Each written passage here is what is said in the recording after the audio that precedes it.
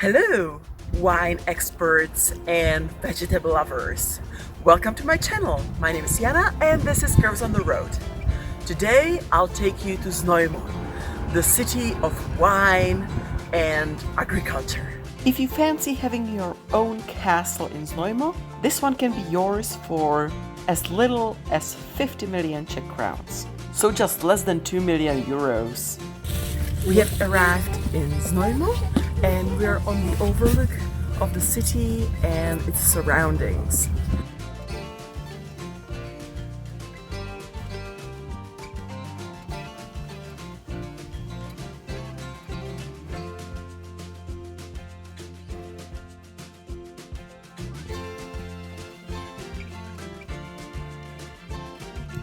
Despite Znojmo being more of a wine region, there's actually a beer brewery.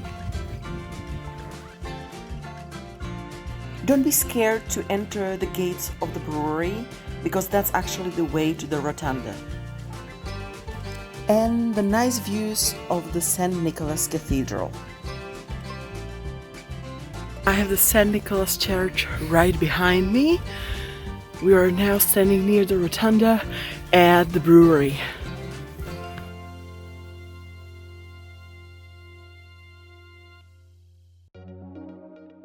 When I planned this trip, I seriously didn't know Znojmo will be this beautiful.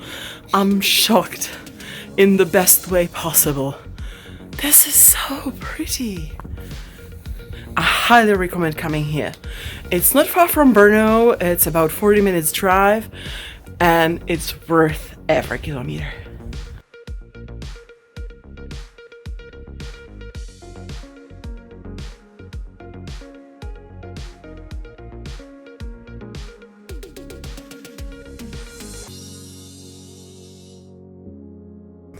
We're at the Rotunda of St. Catherine's.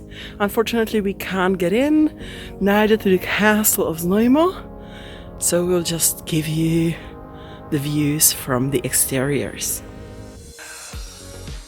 Oh, with the church in the background! Yes! So this is the Rotunda of Znojmo, or Rotunda of St. Catherine. It was originally built in 11th century as a chapel of the castle. Its frescoes inside are unique because they are depicting not only the religious motifs but also the first Přemyslovec, the Přemysl the plowman, and there is a legend about him. Přemysl was an ordinary farmer, but the daughter of Czech ruler Krok, Libuše, fell in love with him. So she told her tribesmen that she had a vision that they should let loose a horse at the junction and follow him to find their new king. And of course the horse led them to Přemysl. Like this is a postcard. This is an official postcard. It's the Znojmo Dam.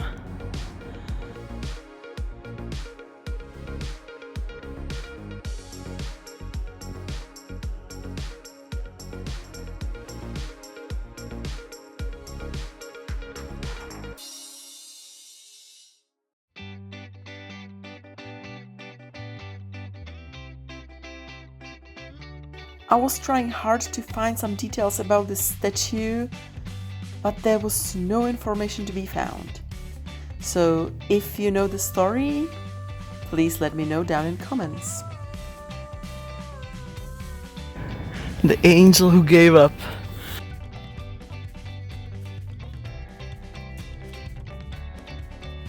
We're standing at the St. Nicolas Church currently.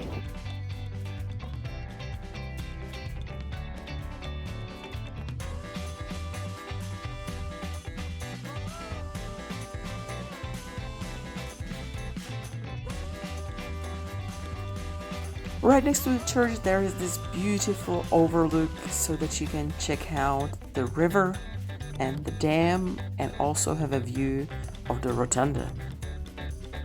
Cute! This looks so good.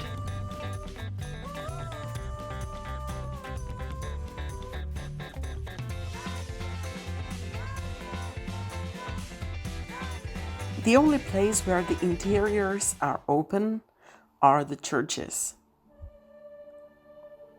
It was already late January, but there were still some Christmas decorations.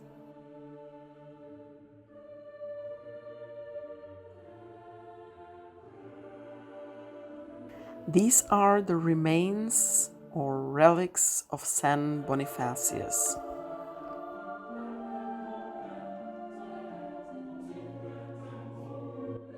Towards the front on the right-hand side is the Bread Madonna Chapel. According to legend, during the 30-year War, a box beneath the image was always found to be full of food.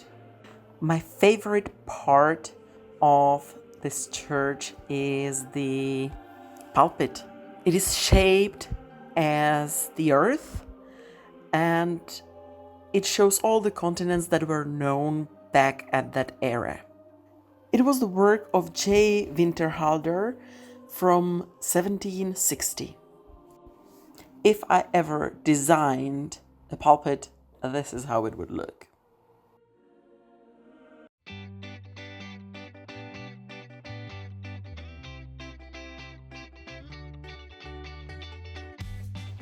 This beautiful 13th century church was originally Romanesque and was rebuilt in Gothic style.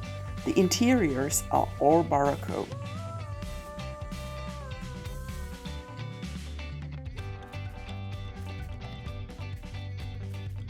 We are now moving towards Town Hall Tower.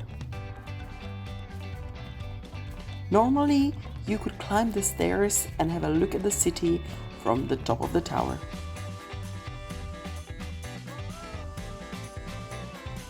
This is Masaryk Square and we are looking at the plague column.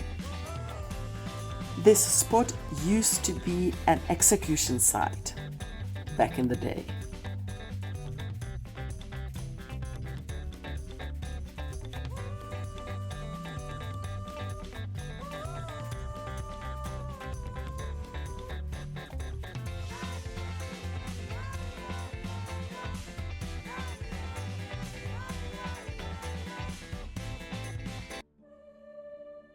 This is the Dominican Church of Elevation of the Holy Cross.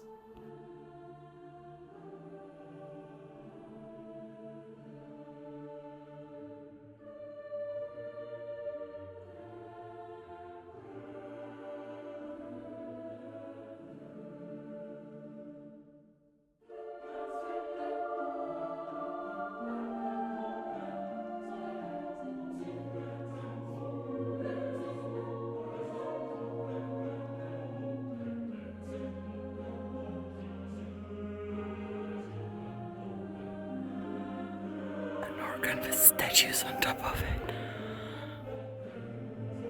The statues were created by Jiří Antonín Haynes. The main statue is King David playing the harp. On the left side, it's Saint Cecilia, the patron of the spiritual music.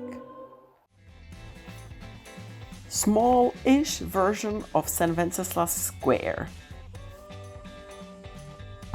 Another touristic attraction in Znojmo is the Znojmo Underground. There is a huge complex of tunnels where you can see how people stored things and what it was for. Unfortunately, now it's closed, but you can check it out if you come. They have some parts for kids and some with wine tasting. Every time when I'm in a city that has some food specialty, I'll bring it home and taste it for you. Znojmo is famous for its pickles, or gherkins if you want, and its wine. I'll start with the pickles. This is how they look in the jar. And actually we only buy the Znojmo pickles, so this one I'm not worried. It's not like in Olomouc with the Siereczki fiasco. This should be quite cool.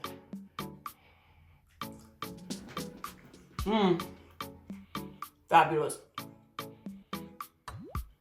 Highly recommend. If you go to Znojmo, get their pickles. And now the wine. You can tell from how I get the wine open that I'm definitely a wine expert. And to prove it, I'll blindfold myself and I'll see if I can blind test the Znojmo wine. In the second glass, there will be the juice from the pickles. So we'll play the Russian roulette of wine and pickle juice. Since you can immediately tell which is which by color, I'll put on my mask a bit different way than normally. I can't see anything, and I'll ask my lovely assistant to shuffle it and hand me one glass.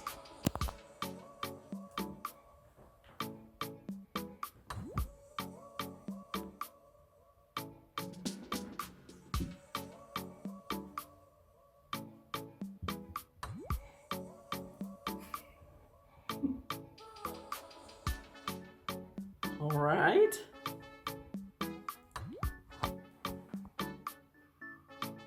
Okay. Okay. Yeah. This is definitely not wine. Okay. So, will I get to taste the wine today? So, cheers to other travels and less of drinking of pickle juice. Nice one. Good year.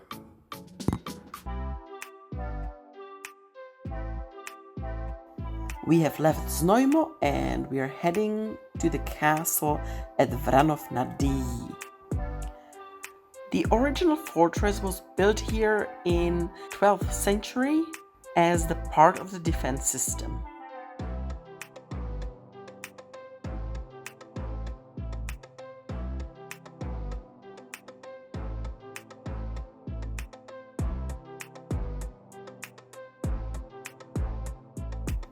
Unfortunately, when we arrived to the gate, it was closed.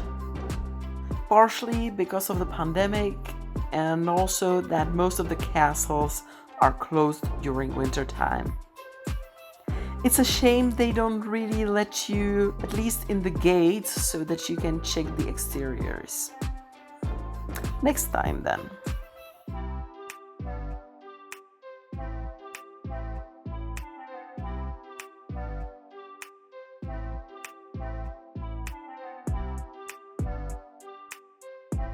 Even though there are just ruins of the former fortress, it still shows that it was a huge medieval residence back in the time.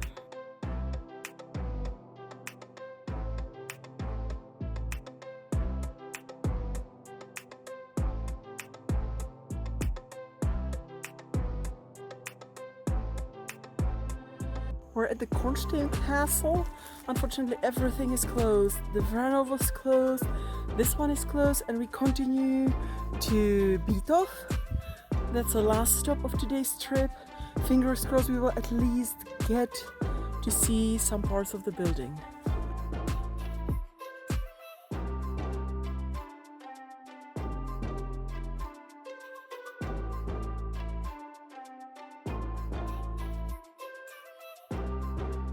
The river Dyji, or in English Taya, flows around the castle in big meanders.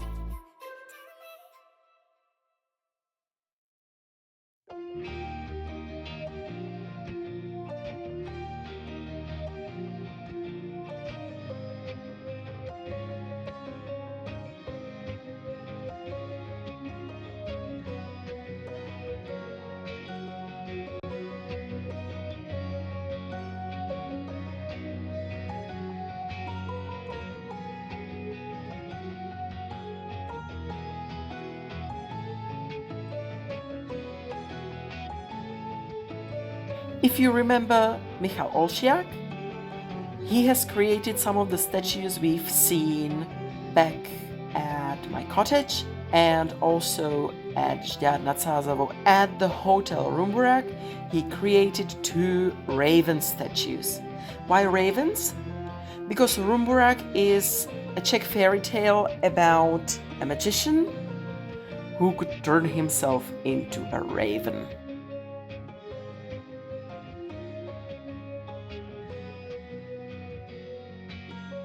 We have arrived at the Bitey castle.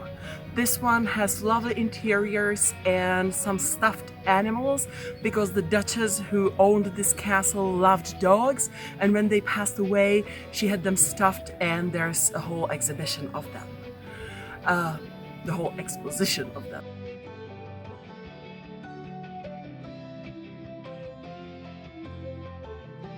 It was built in 11th century and is one of the oldest and largest Moravian castles. Fun fact, in the early 20th century, one of the last owners of this castle had a zoo at the premises. It was George Haas of Hasenfels. And he was amateur zoologist and he didn't like to hunt, but he still collected animals, only alive.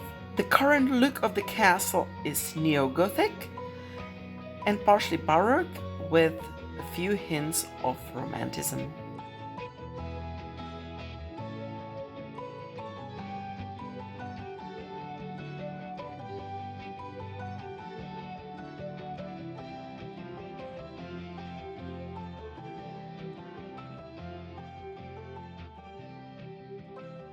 It's obviously closed. Again, everything's closed now, so I guess we will wrap it up here. Count with 600 meters walk quite down a steep hill, which means you'll have to get up the steep hill afterwards, but I think it's worth coming when everything is open. Please let me know down in comments which place, which castle or which city I should come back when the corona craziness is over. Thank you very much for watching. If you enjoyed this video, please give me a thumbs up and subscribe to my channel if you want to see more videos like this. I upload every Sunday. Thank you very much and bye!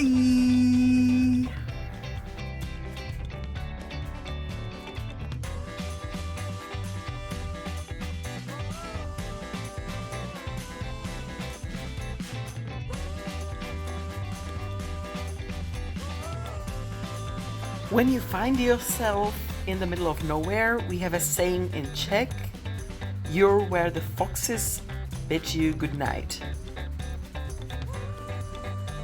So, good night.